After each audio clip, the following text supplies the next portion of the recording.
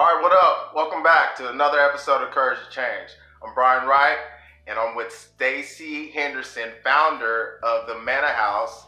She's also holds a seat as president on the TRC board, and she's all about recovery. She also accepted the Voices of Hope Award last year. I did. Talk about that.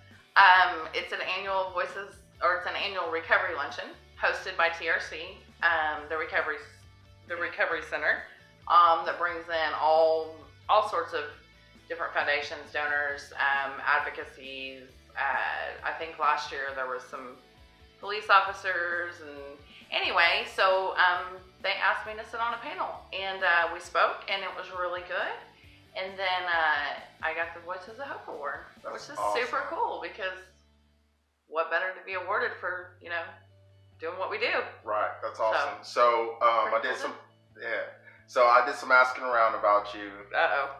And the first thing that come up to, like, I asked my friend and mentor Justin Barnes, I said, what's first impressions of Stacey? And he said, confidence. Wow. Yeah, so that's through a lot of hard work then. Yeah. Inventory and work. That's what's up. Yeah. So when I think about recovery, for me, I think about being part of the solution, right, and not the problem. And I know you, by speaking with mutual friends, you are full of the solution. Listen, Brian, I stayed in the problem long enough. I'm not going to live there anymore. That's what I tell everybody I work with, and that's what I've been told through a slew of amazing women. That's awesome. We don't sit in the problem anymore. Right, right. So talk about your journey. Oh, wow. My journey is long and amazing. I say this all the time. My life is chaotic. My life is crazy. I'm busy, but my life is beautiful. Right. It's absolutely beautiful. So you hit a few bottoms. I did. What did your bottom look like? Bottoms. Yeah, there were a few of them, but I kept digging like we do sometimes. I originally came into a program, a 12-step program, April 6th of 2009. And when I first got here, I hadn't lost. It talks about it in some literature. Talks about raising the bottom and things like that. That's what I identified with. I still had my children. I still had 2 cars in the driveway. All these things that defined my dissolution of function. Right. So, but what had happened was that I lost my child. I buried my child, and then I lost my dad to this disease. He OD'd, and so I was spent. I was spiritually bankrupt. I was hurting, and the only emotion that I had left was anger. And I had a friend come to me, and for a long time we had been signing his paper. He was on supervised probation, and we had been, signing his paper, and we decided that we were going to actually give this deal a chance. And we did. But what happened was I quit doing the work. I did just the bare minimum amount of work to just keep my head above water. Okay. So March 19th of 2016, I woke up in the crisis center, and I had no recollection of how I'd gotten there. Through a story that, of course, is hearsay. I won't tell you where I work, but I will tell you that it is not okay for me to OD in my office. Right. I had been given I apparently drove to work under some sort of, I don't remember any of it. I had OD'd in my office. They called the ambulance. The ambulance took me to the emergency room. The emergency room transported me to the crisis center. Apparently I had been very combative for a couple days, and I woke up strapped to a bed, and I didn't know how I'd gotten there. And what happened was one of my very most solid, the most solid person I've ever had in my life, she came to me and she said, you have to do something. and until you do something, you've lost everything. You're not getting your children back. Right. So I found out through that conversation that my kids had been farmed out to their dads. One was out of state, and the other two were in another city. And I said, I'm done. What do I do? And within days, I was on a plane to South Florida, and I was in detox, and I was in treatment. That's awesome. So talk about the road back. From treatment? Right. Well, so when I got to treatment, I was done. I was done. I had tried for 7 years to get this deal. And I just was out of options. I was out of options, and I knew it was going to take work. Right. So I spent 42 days in South Florida. And like I said, I had prior to me getting sober and being here, I didn't lose my kids the first time. And people say all the time, I can't get or stay sober for my kids, but they are a motivating factor. Right. So if I could drag them around and still do what I do, I probably would have continued to do that. But I had lost everything. Right. And they defined me, So I got home and I knew that I had to do everything different. Everything different. I didn't have my children back. I came home and I fought for months to get my kids back. But what I know now is that God was giving me the time and space that I needed to really dive into this deal. Right. Because I don't know that if I'd have come home and had them, that I would have done the work it required to get them. Right. So I know that was God. That was all God. But I didn't know that at the time. Right. I know that now. Right. So who were some of the influential people along the way that poured love into you? I have some truly, truly amazing people in my life. And it started from 2009 up. And they loved me and loved me and loved me. My twin, she's my rock, She's absolutely everything that I want to be in this life. And she knows me, obviously. She knows me inwardly and outwardly, and she's the one that came to me in the crisis center. I have an amazing mentor who 42 years, I think she's been sober. Yeah. I have some amazing women in my life. Okay. And then talk about your vision. So for Manah House. Oh my gosh.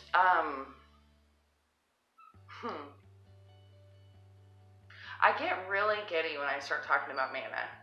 And why is that? Because, so let me go back to when I came home from treatment. Okay. So I went to treatment in South Florida, and it was a whole different world. And I had been exposed to a program prior, obviously, in 2009 to current. But treatment in Florida is a lot different. So when I got home, I started taking. It was weird how it all manifested, because I had never done a whole lot of H&I. And when I say H&I, I mean hospitals and institutions. Right. So taking meetings into an institution. Right. So I started just on a fluke. I was with a woman, and she said, let's go to TRC tonight. It was a Monday night. I didn't know what I was getting myself into. And I absolutely fell in love with H&I. And I am still committed to that meeting almost 3 years later. And I've been in that meeting for that Monday night meeting for almost 3 years now. And you're president. And I'm president of the alumni now. I sit on the board. Which is and awesome. Yeah, it's a cool deal, because I get up there and I get to touch women right where they're at. And these women, they don't know if they're going to make it another day. They can't relate with 3 years. Right. But if I can connect with them and I can see that there's this light bulb moment, then they have hope. And if there's one woman in there that I can touch, then then I know that God's working through me. Right. So I start working with newcomers, and I found my niche with newcomers. I love new women. Right. I've heard it put many, many eloquently ways, but I've heard through the grapevine that people said that's where Stacey's at. You'll find her with the newcomers. Right. Because I love the new women. Because I get it. Yeah. So probably a year into being in that meeting, I'd kind of worked my way up. Not worked my way up. I kept showing up. I kept showing up on that Monday night. And I went from being secretary to, I think, treasurer, and then vice president, and then president. During all of that, I see that the struggle is that these women have nowhere to go. They go detox to treatment to sober living. And there's a real need for women sober living in Oklahoma City. Right. And especially women and children. Right. So I just started asking God, I don't know what this is going to look like. I really don't. But if this is where you want me, then just make this happen. And I prayed on that for over a year, Brian. And I just didn't know what it was going to look like. I didn't have the financial means. I didn't know if I was, I was sober enough. All those inadequacies, right. all these things. And I just really didn't know where I was going with that. And a gentleman that I highly respect that helped me over a year ago with my daughter came to me and he said, "Where's the need?" And I said, "It's with women." And he said, "Let's do it." And I said, so we worked this out anyway. Within 2 months of that initial conversation, I opened up the Manah House. That's awesome. So the Manah House has been open since June 15th. So we're going on our 6th month and we're full. And we're looking at opening a new property after the first of the year for women and children. And it's been a learning experience. These women keep me on my toes. That's awesome. It's really cool. That's good. Yeah, it's good. Okay, so mentoring. How does that look for you today, and how does that attribute to your recovery? Well, I have been mentored along the way. Like, there's a point when I didn't want to do this deal. Right. I sat in this chair and I white knuckled it, and I thought, I don't want to do this. It's too hard. It's too much work. It's too revealing. It's too raw. It hurts too bad. I don't want to bring up all these past issues. Right. And a woman in my life told me, I don't care if you do it kicking or screaming, just do it. Right. And that's the way that I take women through this deal too. Because what I know on the other side of that is there's freedom on the other side of fear.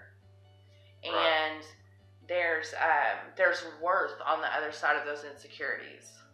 And I know that by the time I get through this work, I, without a shadow of a doubt, know that God has created me in His image. Right. And if I can give that to another woman, if I can give her the ability to see herself the way that the world sees her, then I've given back what was given to me. Right. And that's never flawless. I mean, like, every day I wake up an untreated alcoholic. Right. And I hit my knees and I ask God, where will you have me be today? Right.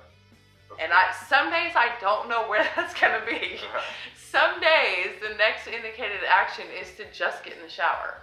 Right. But some days it's to open a house. Right. So I don't know, Yeah.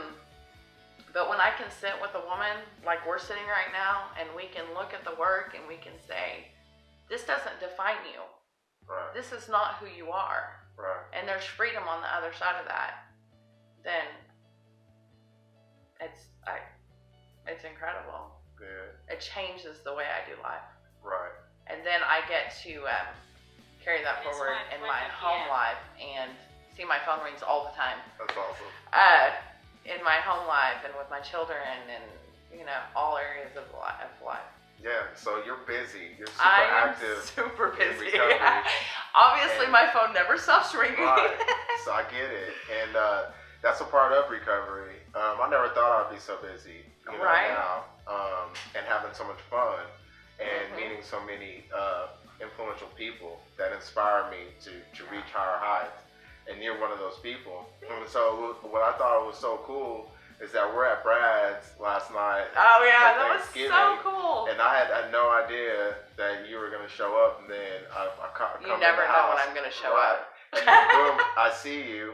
And we're out there being of service. And what was cool is that I got to pack boxes with your daughter, and I didn't even know that was your daughter. How cool is that? Yeah. Yesterday was an amazing day. Right. It was so good. And then share that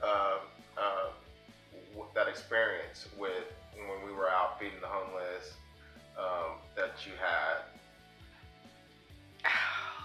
under the bridge. Well, it was a series of events for me yesterday. Okay. It started, I gotta tell you the story. So yesterday morning, I get a knock on the door, and I'm getting ready with the kids. We're getting ready to go to my grandparents because they want me there today to be present, which is, a miracle in itself. Nobody wanted me around some years back, Right. I got a knock on the door from a 17-year-old kid that wanted to apologize to me for his behavior the night before. And I just, in that moment, I decided that if I could change my perspective on my day, that I could see the blessings. And I just restored, some sense of humanity. Right. Because this kid was not prompted by his mom to come to my door. Right. He wanted to do the right thing, and I just thought, that's pretty cool at 17. Right. That was not me. Right. So anyway, I go about my day. I get to go to my grandparents. I get to go shop with my daughter.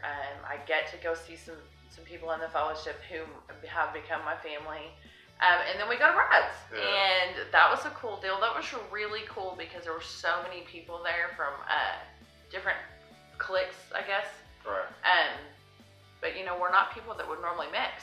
Right. So last night, we have 10 cars in a convoy? Right. At least 7, right? Right. And a couple of years back, you would not have caught any of us out there, Right. And it's dark and it's cold, right. and we just want to give back. Right. We just want to be a part of somebody that's laying on the ground. Right. And that was a lot of what we found last night, was some guys laying on the ground. Yeah. And I had the opportunity to talk to my son about it when we left, and he was like, I just don't get it. And I said, a lot of them are drunk. Right. A lot of them are drunk. A lot of them deal with mental illness. And a lot of them have accepted that this is what their life looks like. Right. So we're passing that out, and I met a gentleman, and he kind of came out of his tent, and I asked him if I could pray with him, and he let me pray with him. And that was big for me, because I've been taught in some community groups that I work with that, we can back up a U-Haul all day long, and we can pour things into them. We can give them what they need at the moment. But if we don't give them a spiritual solution, and if we don't give them an opportunity to stand on their own 2 feet, at some point we're enabling them to stay exactly where they're at. So although they're cold and they need a blanket, they need some prayer. They need an intervention, a spiritual experience. Right. To want to do something different. And I think that comes in our program as well. Right. I can help till it hurts, and I can be helped till it hurts. Right.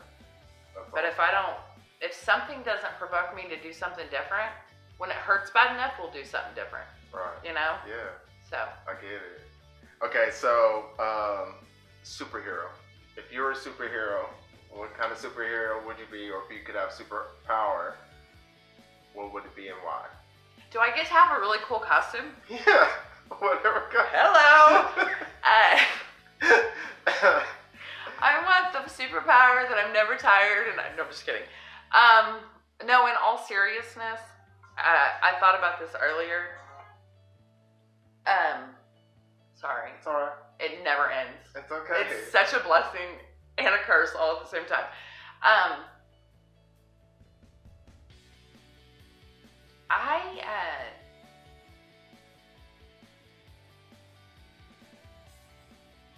When I very very first got here back in 2009, like I told you, I had lost my child. I had buried my child. He was almost 2 months old. And that got me really high for a really long time. Like, I could not process that. And then my dad passed away. He was 55 and he OD'd. He struggled with this disease his entire life. And he wanted to be a father. He wanted to go to games, but he couldn't. He had to drink. That powerlessness just inundated my entire family.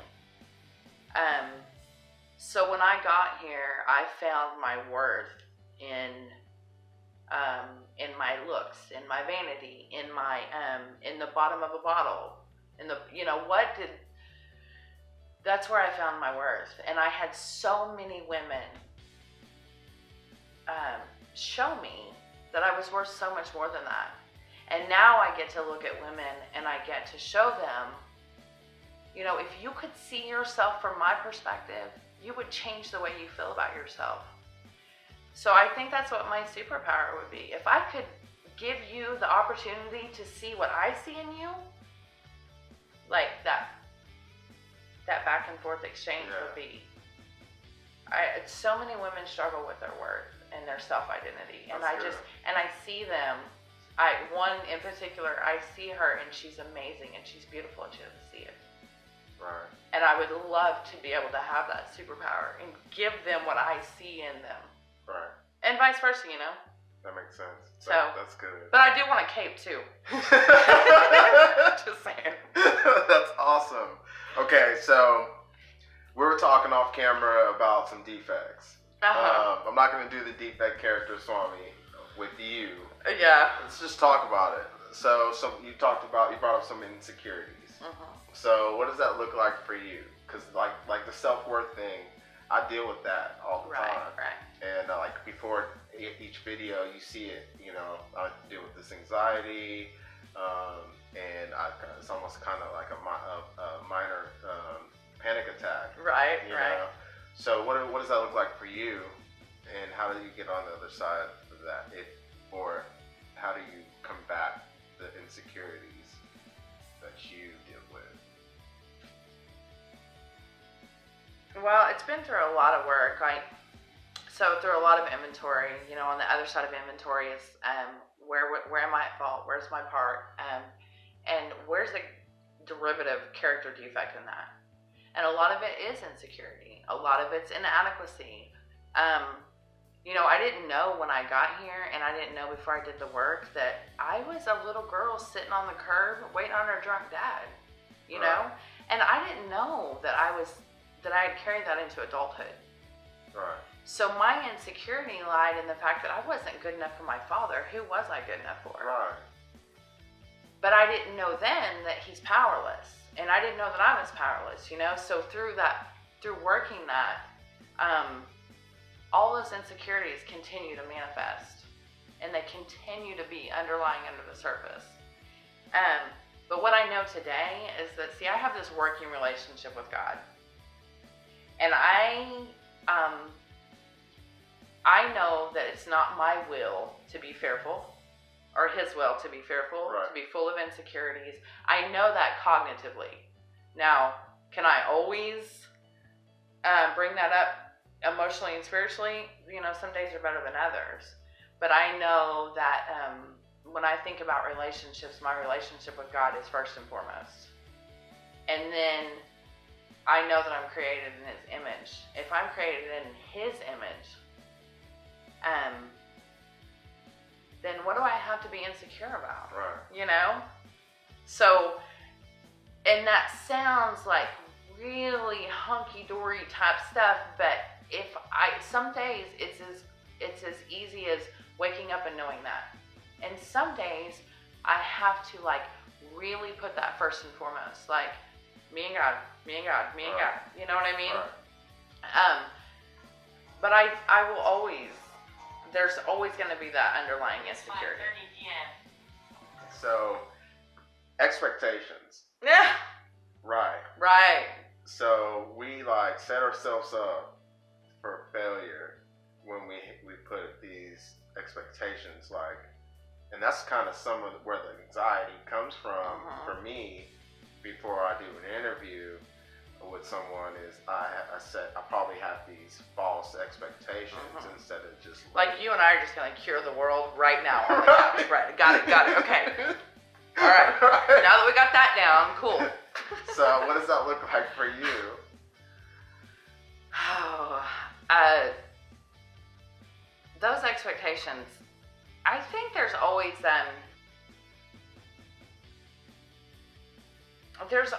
this underlying issue of expectations.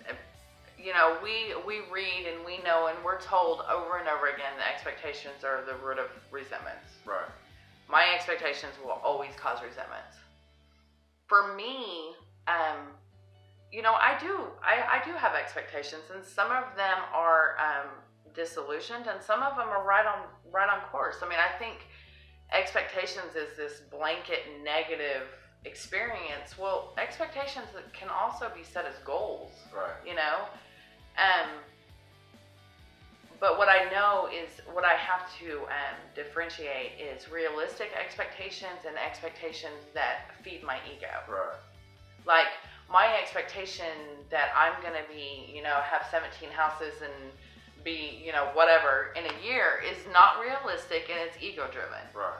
But my expectation that, you know, I'm gonna sit face to face with another woman, that's not, it's not disillusioned. So I guess once again, aligning my expectations with God's will and be willing to stand back and say, you know what? So my expectation was not met, and that's okay because it's exactly the way it's supposed to be. Right. So I have to be willing to like zigzag through that as well. That's good. I mean, like I expect my kids to do their chores. Right. I'm a little bit angry if they don't. However, not to the point where I'm going to disown them. Right. You know what I mean? Yeah. So I mean, I think there's a healthy, you know, amount of expectation. You just have to kind of be willing to dart through life. Right. You know? So okay, that's good. So for me, like you know, when it comes to addiction and alcoholism, it's kind of like a suicide too. You can compare it because it's a selfish act, right? And so I have a problem with always hearing myself talk about me, right? Right. Because but I know that they say it's a selfish recovery. So when you have to look at all your stuff and your role when it comes to how you perceive other people's actions in recovery or how you respond to problems that arise, life challenges. So what I'm getting to is self-absorption. So, because sometimes I get sick of me, you know what I mean? And so, but at the same time, I know that I have to put myself, at most cases, I have to put myself first in order, because if I can't take care of me, then I can't be of use to you out here. Right. So what does that look like for you? Does that make sense? It does. I think Okay. I see where you're going with that. I think that when you hear that this is a selfish program, I think that take that and we run with it. We're selfish and self-centered. Right. And we are the root of our problem. Right. When I got here, I was self-absorbed. I was selfish and self-centered. And a lot of days I can still be that way. Right. What I know in my experience is that when you and I are talking, or when I'm working with another woman, whatever I came into this situation with, you know, whether it be financial fear, whether it be, you know, a kid problem or a work problem, whatever the case may be, when I'm working with you or, you know, whoever, God's back here working all that out. And by the time I re-look at whatever's going on back here, normally it's worked out. Or it doesn't hold as much weight as it did. So when you tell me that this is a selfish program, it is in the fact that I have to stay sober and I have to do the work, or else I'm not good to anybody around me. But selfish and self-centered motives never worked for me, and they won't work for me now. Right. So, I can't get down with all that. That doesn't sit well with me. That's good. Okay. Like, I don't want to be taking my Monday evenings at TRC for every Monday night for the last 3 years. Right. I mean, I got some couch sitting to do. You know what I mean? Right. And I'm hungry, and my kids are at home, and blah blah blah. But that's selfish and self-centered. Right. What's not is going forward. Right. And doing what's right in front of me. That's good. That's good. I like what Brad said last night. He's like, I don't care how you feel. Right. It doesn't matter how you feel. That's what I was saying. Like, I don't care if you do it kicking and screaming. Just do it. Right. That's awesome. Yeah. I don't care how you feel. Okay. Yeah. Okay. I think we're done here. Thank you for this opportunity. Thank you. Thank you for making yourself available to me, and you add quality to my life. Thanks, Ryan. And can we do a follow-up? Yeah, of course. Yeah. Yes. Let's see where we're at after the first of the year and see if there's a new property open. Okay. Yeah. Yay. Let's get it. Send me your women. Thank you. All right. Brian Wright, Courage to Change with Stacey Henderson. We're out.